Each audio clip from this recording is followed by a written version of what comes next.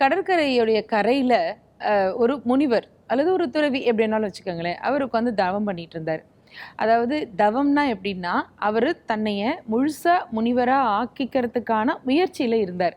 அவருக்கு துறவு வாழ்க்கை பிடிச்சி போச்சு. வந்தாரு, கடற்கரையில உட்காந்து அப்படியே தியானம் பண்ண ஆரம்பிச்சாரு. தவம் பண்றதுக்கு பிராக்டிஸ் பண்ண ஆரம்பிச்சாரு. இப்ப அவருக்குள்ள ஒரு எண்ணம் ஓடுது.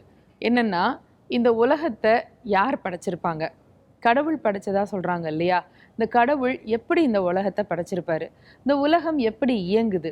இதுக்குள்ள இருக்கக்கூடிய இந்த ஜீவராசிகள்லாம் இங்கே பிறந்து அதுக்கப்புறம் அவங்க வாழ்க்கை முடிஞ்ச பிறகு எங்க போகுது? இப்படி ஒன்னொன்னு பத்தியுமா அவருடைய மனசு யோசிக்க ஆரம்பிச்சுக்கிட்டே இருந்துச்சு.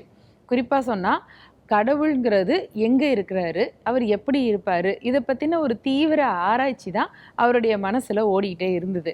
ஆனா இதுக்கு ஒரு முடிவே அவருக்கு தெரியவே இல்லை. இப்படி போயிட்டு இருக்கிற போது ஒரு நாள் சாயங்கால நேரம் வினோதமான ஒரு மனிதனை பார்த்தாரு. அந்த துறவி கேட்டாரு, என்னப்பா பண்ற நீ, யாரு? இப்ப சித்திரகுள்ளம் ஒரு நிமிஷம் நின்று சொன்னா, உனக்கால கேள்வி கேட்காம இருக்கவே முடியாதா அப்படின்னு அடுத்த கேள்வி.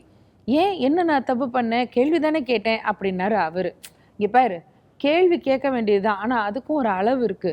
எவ்வளவுதான் கேட்டுக்கிட்டே இருப்ப? நீ கேட்டுக்கிட்டே இருந்தாலும் பதில் எதுக்கு தெரியணுமோ அது மட்டும்தான் உனக்கு தெரிய வரும். அப்ப இந்த துறவி சொன்னாரு, இல்லப்பா, இந்த இத்தினூண்டு சிப்பி இதுல போய் நீ இந்த கடல் தண்ணியை எடுத்து எடுத்து கொண்டு வந்து கரையில ஊத்திட்டு இருக்க, எதுக்காக அதை பண்ற, எனக்கு இது இப்பவே தெரிஞ்சே ஆகணும் அப்படின்னாரு அவரு.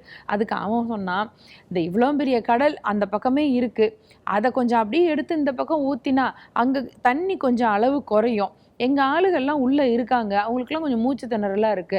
தண்ணி அளவை குறைக்கிறதுக்கு நான் முயற்சி பண்ணிட்டு இருக்கேன். கடல் தண்ணியை மோந்து எடுத்து கரையில ஊத்தி கடலோட அளவை குறைச்சு அதை வத்த வைக்கணும் அப்படிங்கிறது என் நோக்கம் அப்படின்னா அவன். இப்ப இந்த துறவி கேட்டாரு, ஐயா, உனக்கு கொஞ்சமாவது புத்தி இருக்கா? கடல் தண்ணி எவ்வளோ இருக்கு, அதை போய் நீ இந்த சின்ன சிப்பியில் எடுத்து கொண்டு வந்து கரையில் ஊற்றி அந்த தண்ணியோட அளவை குறைச்சி கடலை வத்த வச்சிட முடியுமா? இது என்ன கொஞ்சம் கூட அறிவில்லாத வேலையாக இருக்குது அப்படின்னாரு அந்த துறவி.